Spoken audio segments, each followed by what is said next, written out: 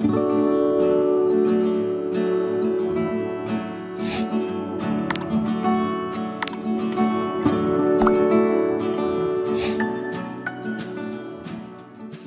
estava comentando como essas passagens são enigmáticas, né? As de hoje são bastante. Assim, eu achei relendo assim, nossa, aqui tem muito conteúdo para a gente cobrir. Assim, em poucas passagens abre muita coisa que a gente pode conversar. Então, boa noite, formalidades, boa noite, bem-vindos. Hoje a gente vai continuar o estudo do Evangelho de Tomé. Paramos na 56 na última vez. Então, vamos seguindo a ordem. Hoje a gente começa com o dito 57. Então, na passagem 57, a gente vai voltar a encontrar, vamos nos aproximar agora desse ensinamento do cristianismo esotérico, né? O Jesus visto pelos olhos gnósticos, com mensagens curtas, né?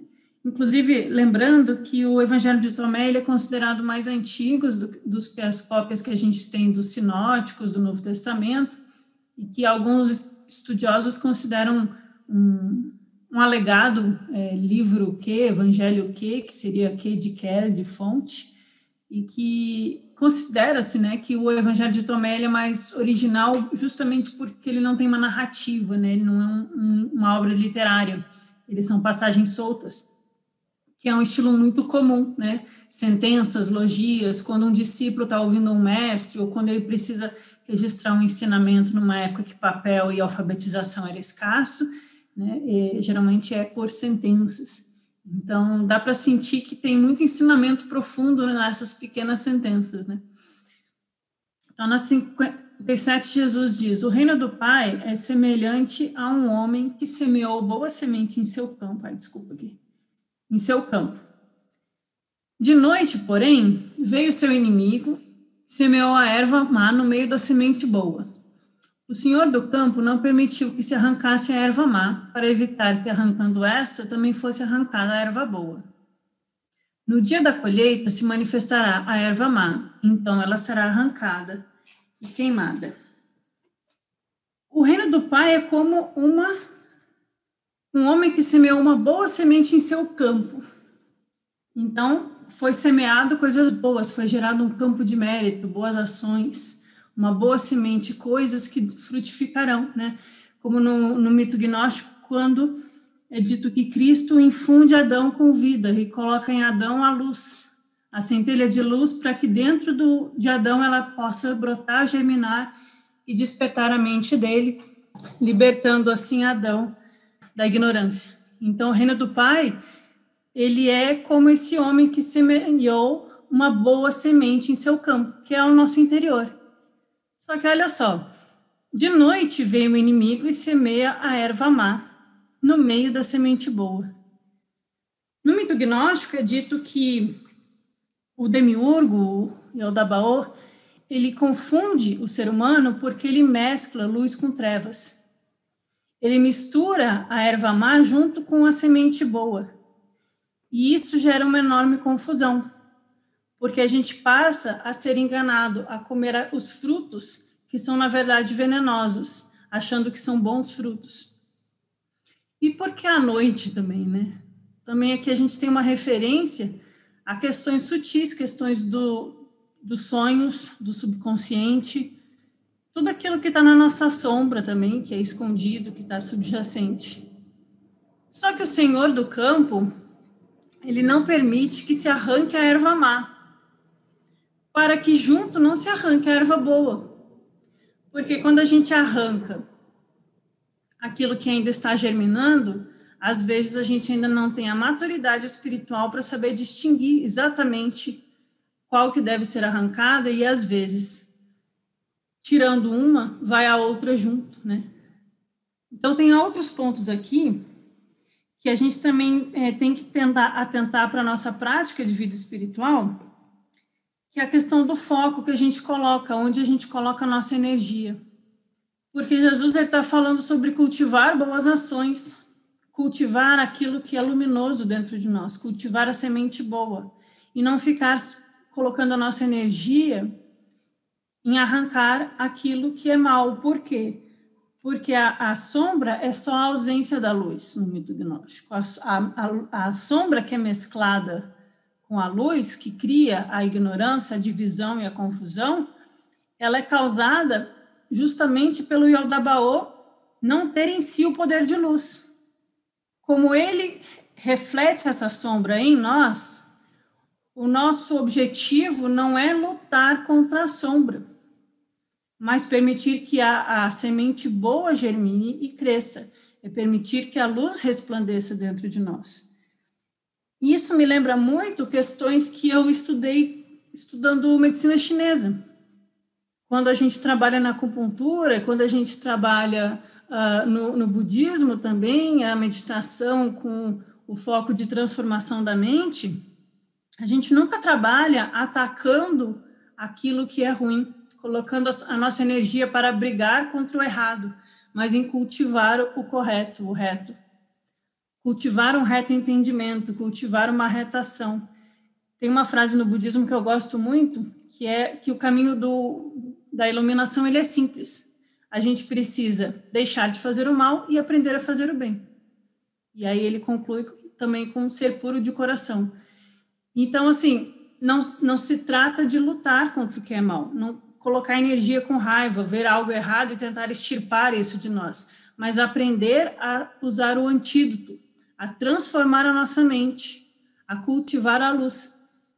Então, por que eu falei da acupuntura? Porque na acupuntura, os 5 elementos, na medicina chinesa, que são elementos que compõem o nosso organismo, como no gnosticismo, os arcontes misturam os elementos para compor o Adão, o mesmo elemento, ele pode ser usado com uma energia de desequilíbrio, que gera sofrimento, e o mesmo elemento pode ser usado com uma energia para vencer esse desequilíbrio.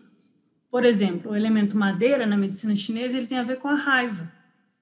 Quando a gente está com raiva, a raiva faz o yang subir a cabeça, dá gastrite, dá enxaqueca, o rosto fica vermelho, a gente fica quente. Essa raiva, não adianta a gente brigar com a raiva, assim como não adianta a gente arrancar a erva má de dentro de nós.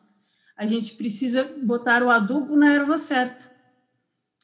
A raiva no elemento madeira, na medicina chinesa, ela pode ser conduzida para uma ação reta. Então, o problema não é a energia que a gente tem em si. Jesus está buscando aqui também, no meu entendimento, uma visão de não dualidade. É a gente perceber o elemento eterno, o elemento luminoso, onde não há mais bom e mal, não é mais essa dualidade, é simplesmente aquilo que é luminoso, aquilo que é correto. Então, quando a gente transforma essa energia da raiva, na medicina chinesa, a gente coloca em ação a nossa força de vontade, a nossa capacidade de agir contra as injustiças, a nossa capacidade de ter energia, de colocar-se no mundo. A mesma energia que, por um lado, gera cefaleia, raiva e desequilíbrio emocional, ela pode gerar força de ação na vida, no mundo. Da mesma forma, a tristeza, que é do elemento metal no pulmão, a tristeza pode virar capacidade de interioridade, capacidade de introversão. Mas aí não é a gente brigar contra a tristeza, é a gente permitir que isso flua de forma livre através de nós, levando a um estado de introversão, de mergulho interior. Então, quando Jesus fala para a gente não arrancar a erva má, ele está dizendo, não coloque a sua energia em brigar contra as coisas que estão sendo ruins, mas cultive aquelas que vão ser o antídoto. Quando você estiver com raiva, cultive a paciência ou use essa energia para agir corretamente. Não seja dominado por ela, né? E aí a gente pode pegar vários exemplos. É uma questão de transmutação interior, de transmutar, de usar os antídotos. Então, quando a gente sente que está sendo muito afetado pela ganância, a gente não fica se chibateando com chicotinho, eu sou ganancioso, eu li ali no texto dos gnósticos que é ruim ser ganancioso. Não, a gente vai pensar, como eu posso aprender a ser mais generoso? Como eu posso pôr em prática esse ensinamento no seu aspecto positivo, no seu aspecto bom? Porque aí o aspecto negativo que existe em nós, que todos nós temos, ele vai perdendo força.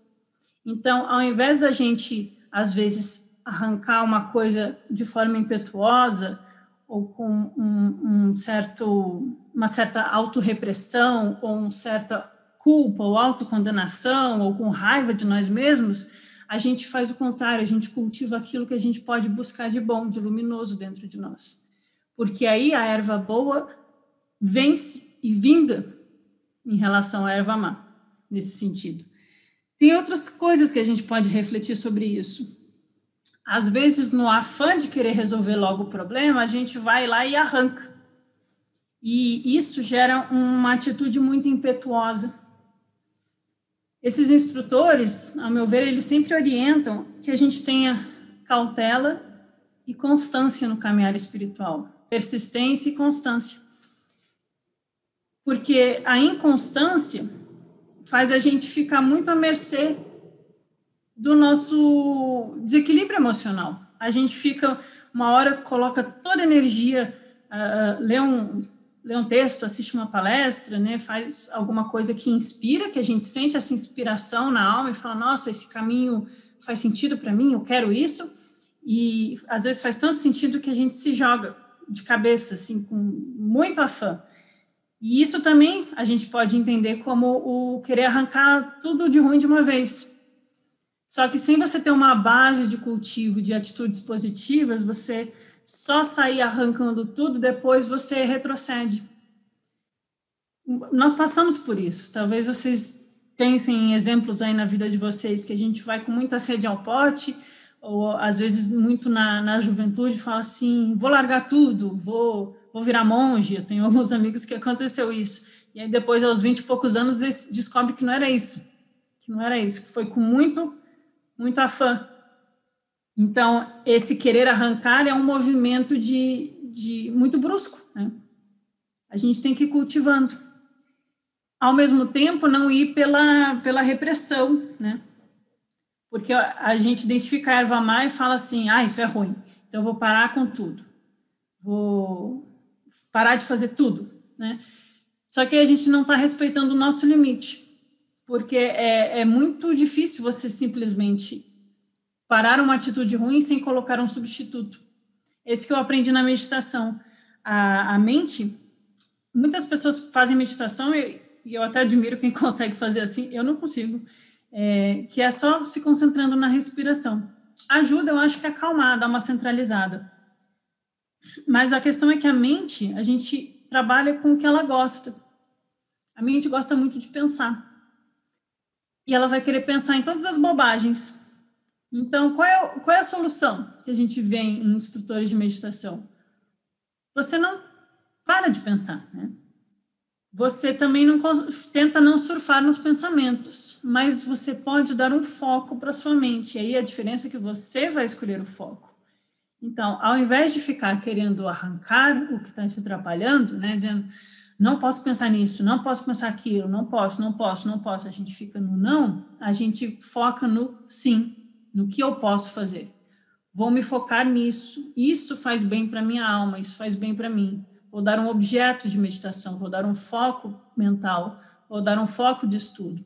Então, a grande questão aqui, que a gente pesa a erva boa, a erva má, e não simplesmente sair arrancando, é você aprender a dar um foco positivo na sua vida. Dar uma boa leitura, um bom foco meditativo, trocar as más companhias por boas companhias, e não simplesmente se afastar de todo mundo. É ir fazendo essa troca, e sabendo que cada um de nós vai ter um ritmo diferente no nosso trilhar, na nossa senda, na nossa vida. Por quê? E aí, voltando ao budismo, nós temos níveis de busca diferentes, então não adianta pensar, nossa, o Buda está longe demais de mim, Jesus está longe demais, eu nunca vou conseguir esse negócio de renúncia ao mundo, eu ainda tenho muitos desejos, eu tenho muitas vontades, né? Às vezes eu sou dominado pela raiva, às vezes eu fico impaciente, às vezes eu quero as coisas só para mim, né? Somos todos humanos.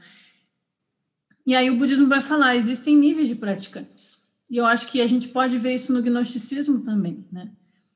é esse cultivar constante e aquele buscar e bater na porta até ela ser aberta, é um caminhar.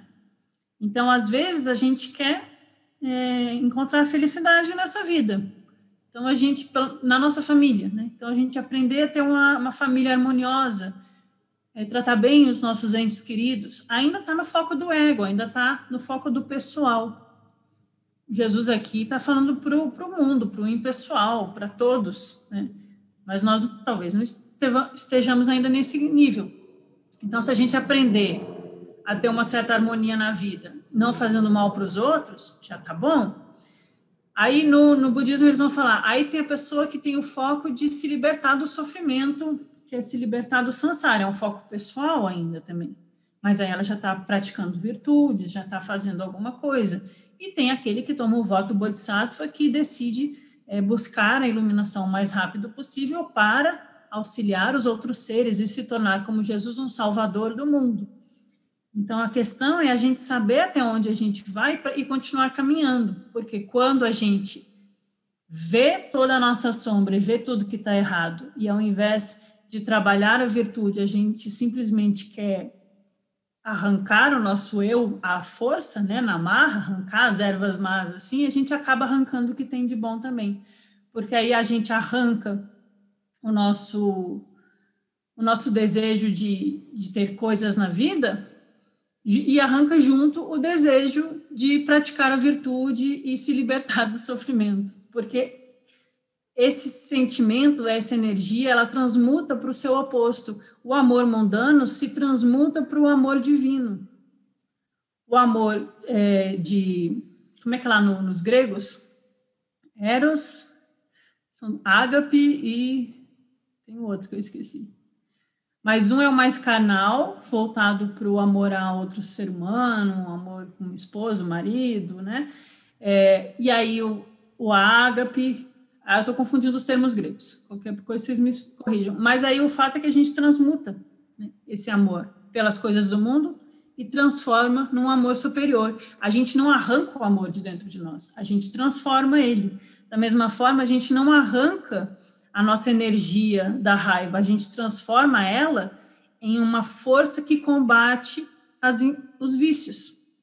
A gente tem raiva contra o foco certo, nesse sentido, né? Mas não com raiva, né? Mas com retidão, com força de ação. Então, eu acho que é isso que Jesus está dizendo. Não tem como você simplesmente arrancar a sua força de viver, porque quando a gente fala muito assim, em Pisofia tem muito isso, renuncia ao mundo, renuncia aos prazeres, renuncia à vontade disso, à vontade daquilo, a ter posses, tem uma lista extensiva de renúncias que Jesus propõe. E aí, para uma pessoa que às vezes não está muito avançada no caminho, ela vai falar, então vou renunciar a tudo. Só que se você simplesmente renunciar a tudo, você acaba arrancando junto a sua vontade, a sua pulsão de vida, porque você simplesmente fala assim, então não quero nada, não quero nem mais viver. Mas eu sinto que é isso, é uma questão de aprender a trocar.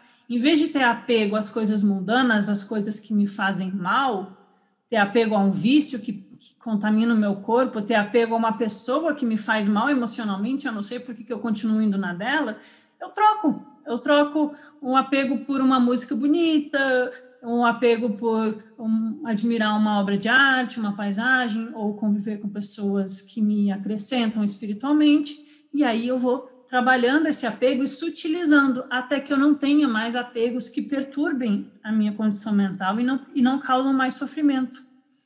Então, é uma questão da gente ir tirando a força dos arcontes.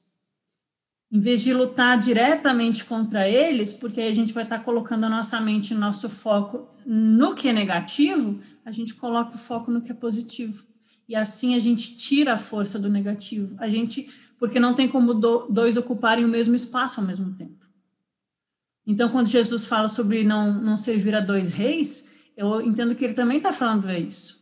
Ele está falando, você está servindo ao falso espírito, que foi criado pelo demiurgo, que é a força da ignorância, do apego e dos vícios, ou você está servindo ao espírito da verdade. Então, não tem como você servir os dois ao mesmo tempo, você vai escolhendo, e à medida que você escolhe colocar o adubo na erva certa, bons frutos você colhe e mais fácil a sua plantação vingar e as ervas más pararem de crescer. Então, a questão é mudar o foco e não reprimir a energia, mas transformar ela, fazer escolhas, jogar a luz sobre a sombra, ao invés de ficar lutando contra a sombra, né? E quando a gente está fazendo um trabalho no mundo, um trabalho espiritual, às vezes agir com raiva, a gente acaba fortalecendo a sombra. Então, quando a gente vê algo muito errado acontecendo, não é ser passivo, não é deixar que quem está fazendo algo errado tenha a força de continuar agindo pelo mal. Como Jesus às vezes reage, né, lá contra os vendilhões do templo, ele reage. Mas é você não colocar energia de raiva de volta, é você não colocar energia negativa de volta. É você simplesmente, eu não vou permitir que você faça isso, não sei, estou pensando em algo muito genérico aqui, mas também eu não vou me envolver com isso. Eu não vou colocar toda a minha energia mental e toda a minha energia do coração em pensar no negativo. Eu vou trabalhar com afinco, com perseverança, com lucidez, com clareza, pela luz, pelo trabalho que gera bons frutos. E aí os maus frutos não terão força sobre mim. Mas é que eu acho também que quando a gente age com raiva, ou com... Eu estou falando muito da raiva porque é o que me veio aqui, mas pode ser qualquer outro exemplo que vocês possam pensar. A gente dá mais força para isso, né? No budismo eles falam também que o sofrimento é causado pela ignorância, igual lá nos gnósticos, né? A separatividade vem do demiurgo, que é o Deus arrogante e ignorante, porque ignora a sua origem. Mas aí surgem dois polos, o apego e a aversão, a ganância e o ódio, a repulsa e o apego, né? E quando a gente tem muito apego, a gente sofre. Mas o ensinamento também diz que quando a gente tem muita repulsa a algo, a gente não se livra desse algo. A gente cria um laço kármico com aquilo que a gente odeia. Então não adianta ficar brigando. A gente precisa se harmonizar, se equilibrar, ter clareza mental, ter virtude na prática, purificar. E aí a gente consegue ter clareza de tirar essa perturbação, de não ficar totalmente apegado no sentido de dominado pelas paixões, como os estoicos falariam, né? A gente não deixar as paixões volitivas nos contaminarem, mas também não deixar que aquilo que nos causa aversão nos contamine. Então, também não é uma questão de ter aversão ao mundo, porque se você odeia muito o mundo, você vai continuar preso a ele. Então, cultivar as boas sementes. Sim. E também esperar crescer. Tem um comentário do Leloup que eu gostei, que eu fiz essa anotação. Esperar a erva crescer para arrancar. Porque a gente precisa ter maturidade espiritual para saber exatamente o que a gente está tirando. Porque, à primeira vista, coisas ruins podem ser boas e coisas boas podem ser ruins. A gente tem que primeiro aprender a ter maturidade e discernimento para ir fazendo escolhas, né? E aí, no final aqui dessa passagem, Jesus fala, no dia da colheita se manifestará a erva má. Então, o que é esse dia da colheita, né? É o juízo final lá dos católicos? Acredito que não. Porque em alguns textos, como o Apócrifo de João e o Sofia, Jesus vai falar do pós-morte. E aí, quando nós morremos, segundo alguns textos gnósticos, vêm os recebedores das almas, e eles vão, igual lá no livro dos mortos egípcios, que o nosso coração é pesado, mas nos gnósticos tem, lá em Sofia. Quando a gente morre, vem os recebedores de almas, e eles avaliam tudo que a alma fez. E aí a alma é levada para são vários infernos, né? Não é só céu e inferno, tem vários infernos, mas eles não são eternos no gnosticismo, tá? E aí a alma é pesada. E aí ela fala, mas por que vocês estão me punindo? O que está acontecendo? E aí os recebedores de almas falam, não foi você que na quinta hora daquele dia, no ano tal, fez tal coisa e matou o seu tio e não sei quem, não sei quem. E aí eles vão listando todas as ações daquela alma para decidir para que tipo de corpo ela será enviada novamente. Então, é uma questão aqui de colheita kármica mesmo. que para o gnosticismo é bem presente em vários textos, né? A ideia de que há um karma e que eu estou usando a palavra oriental, mas vocês entendem, né? E há um retorno, há um corpo que é preparado especialmente para cada alma, ou seja, está de acordo com as ações cometidas. Isso é a colheita. Não é um juízo final, nem um céu eterno, nem um inferno eterno, mas esses momentos que a gente planta na vida e que depois fazem a gente voltar com condições melhores ou piores. Sim, e um detalhe aqui, para quem, se alguém aqui conhece psicologia e quiser acrescentar, eu não sou entendida de psicologia, mas pelo pouco que eu li do Jung, eu entendo que a sombra, quando o Jung fala da sombra, é bem gnóstico, ele fala sobre não lutarmos contra a sombra, da mesma forma que a gente não vai arrancar a erva má. Não tem como você lutar contra a sua sombra, você tem que perceber o aspecto de sombra, curar e integrar na personalidade, para transformar num aspecto luminoso. Então, eu acho que está bem de acordo com essa passagem do Evangelho de Tomé.